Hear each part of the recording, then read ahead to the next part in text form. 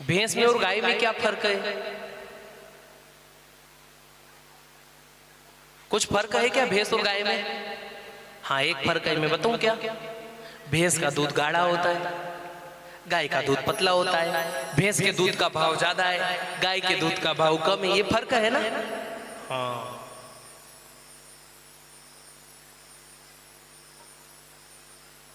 एक बात बताओ, जब भैंस के पाड़ा होता है ना, तो उस पाड़े को 10 बार उठाओ फिर भी 10 बार गिरता है।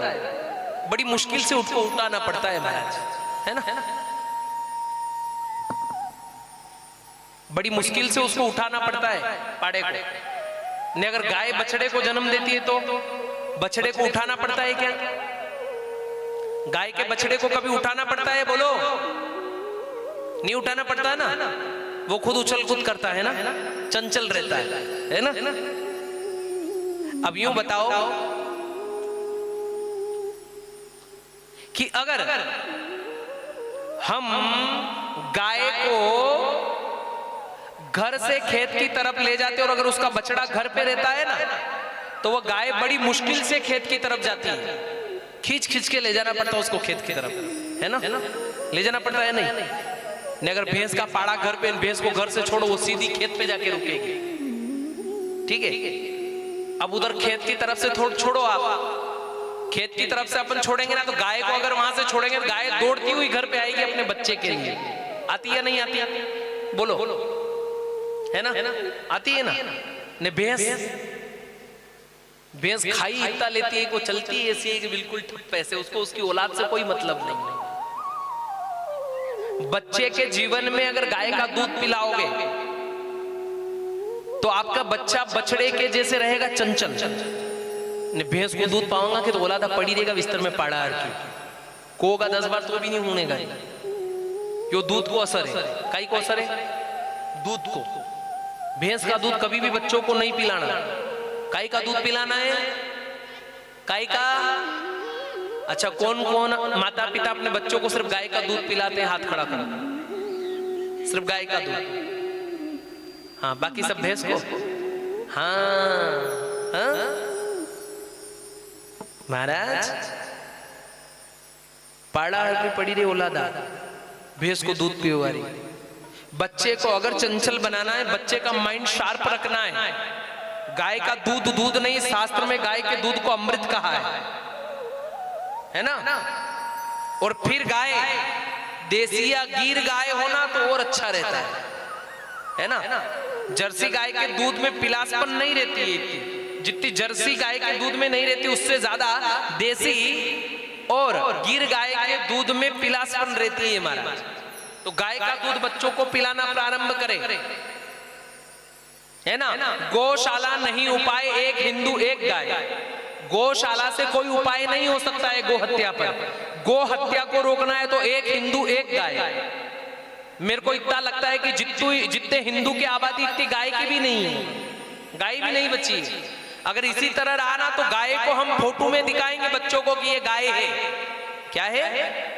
इसलिए गौ माता की सेवा करें, गाय का दूध बच्चों को पिलाए और गाय का दूध का ही सेवन बच्चों को करवाए, और आप स्वयं भी गाय का दूध का सेवन करें। अगर जीवन में गाय का दूध का सेवन होगा तो गाय का दूध नहीं मानो अमृत का सेवन हो रहा है। इसलिए गौ माता की सेवा होना अनिवार्य है, गाय होना अनिवार्य है, हर घर में गाय होना अनिवार्य है, गाय की सेवा होना अनिवार्य है।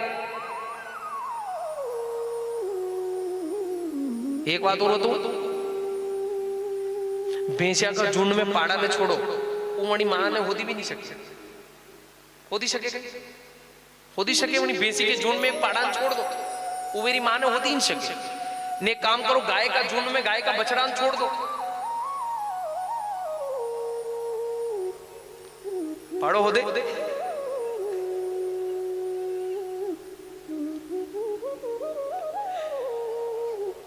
संभव नहीं है साहब, क्योंकि उसको भान ही नहीं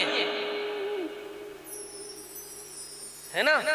ने अगर गाय के बछड़े को गाय के झुंड में छोड़ दो, गाय का बछड़ा उसकी मां के पास जाके ही रुकेगा, ढूंढ लेगा वो।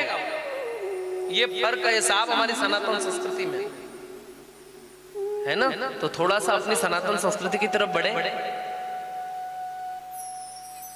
गाय को रोटी देना, गाय की पूजा करना, गाय की सेवा करना, ये हमारा सनातन धर्म सिखाता है महाराज। इसलिए थोड़ा सा सनातन धर्म की तरफ बढ़े, सनातन संस्कृति की तरफ बढ़े और गाय की तरफ बढ़े। अगर गाय बची है तो राष्ट्र बचेगा, ध्यान दीजिएगा। और मेरा तो मानना है हमारी गौ माता को राष्ट्र माता का दर्जा मिलना चाहिए। एक बात बताओ, राष्ट्रीय पशु कौन है? बाघ। अब यूं बताऊं, वनने राष्ट्रीय पशु की क्या जरूरत पड़ी रही? वनने कौन मारवा जाई रही? यूं भी वन के मेरे ही जावे लोग, संख्या कम है उनकी खाली। अच्छा, यदि मुंह यूं जोची रो गाय भी राष्ट्र माता यदि वने के यदि संख्या कम रहेगा, हाँ, बाघ को कोई मारता है क्या? कोई नहीं मार सकता उसको, हाँ, न कोई जाता ही नहीं उसके पास, पर उसको बना रखा राष्ट्रीय ताकि मारे नहीं उसको। कौन मारे उसको? जिसको मार रहे हैं, जिसको काट रहे हैं, उसको राष्ट्र माता का दर्जा नहीं दिया जा रहा है। और जिसको कोई दुख नहीं है, कोई दुविधा नहीं है, कोई मारने नहीं जा रहा, उसको राष्ट्र पशु का दर्जा दिया जा रहा है। हाँ, गाय हमारी राष्ट्र माता होनी चाहिए। ये पहल उठनी चाहिए कि गाय हमारी राष्ट्र माता हो। आज गाय को काटा जाता है, गाय को रोड पर छोड़ दिया जाता है मरने के लिए। कहीं ट्रके, कहीं बसें गाय को छिन्न भिन्न करके निकल जाती है साहब ने। फिर कई के लोग लगे ये आवारी गाया है, ये आवारी गाया। अच्छा, आवारी न गाया? गाय को कहा गया गावो विश्व से मातर, माँ का दर्जा दिया गया, माँ को आप कह रहे आवारा? ये पहला नील गाया थी कहीं नहीं थी? नहीं थी नहीं। ये नील गाया कदी आई? अब 3-4 साल, 5 साल, 6 साल ज्यादा ज्यादा। हमारे जो आबादी बड़ी है ना, हाँ बड़ी नहीं। पहला गाया खेत में भरा थी कि तुम्हारा गाया पकड़ी ने मारता बांधी, तो भगवान ने क्यों गणी? गरीब गाय ने तो खूब मारी आप। अब बड़ा नील गाया ने मारो, पकड़ो, अब मारो मारो तो पुलिस वे केस। विचार करना, ये कैसा कानून है?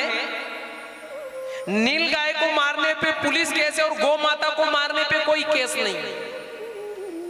ये कैसा कानून है?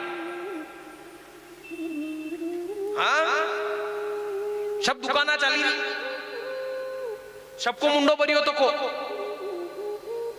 हाँ, इनकम। जो ऐसे कर्म करते ना, इनकी कुत्ते भी खीर नहीं खाते हैं। फिर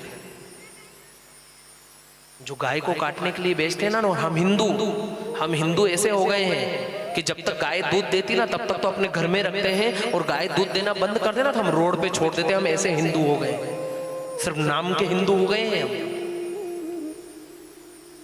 मरने के लिए छोड़ देते हो आप गाय को। गाय सिर्फ गाय नहीं, अपने परिवार का सदस्य है। गाय हमारी माँ है।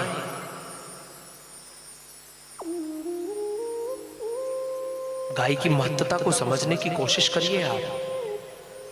गाय साधारण नहीं है, गाय हमारी माँ है। ये शब्द मुंह से निकालना बंद कर देना कि आवारी गौ माता ना। हाँ, खुली गाय हो सकती है, हम छोड़ने के बाद हम उसका ध्यान नहीं रखते हैं। मेरा एक निवेदन है, आग्रह है कि अगर आप सच्चे हिंदू हैं तो हिंदू के घर में गाय का होना अति आवश्यक है। हम सत्य कहते हैं, जिस घर में गाय का गोमूत्र गिरता है, जिस घर में गाय का गोबर गिरता है, उस घर में परमात्मा भ्रमण करते हैं। और अगर लक्ष्मी और नारायण आपके घर में भ्रमण करे, ये आप चाहते हो तो घर में गौ माता को ले आइए आप। महाराज।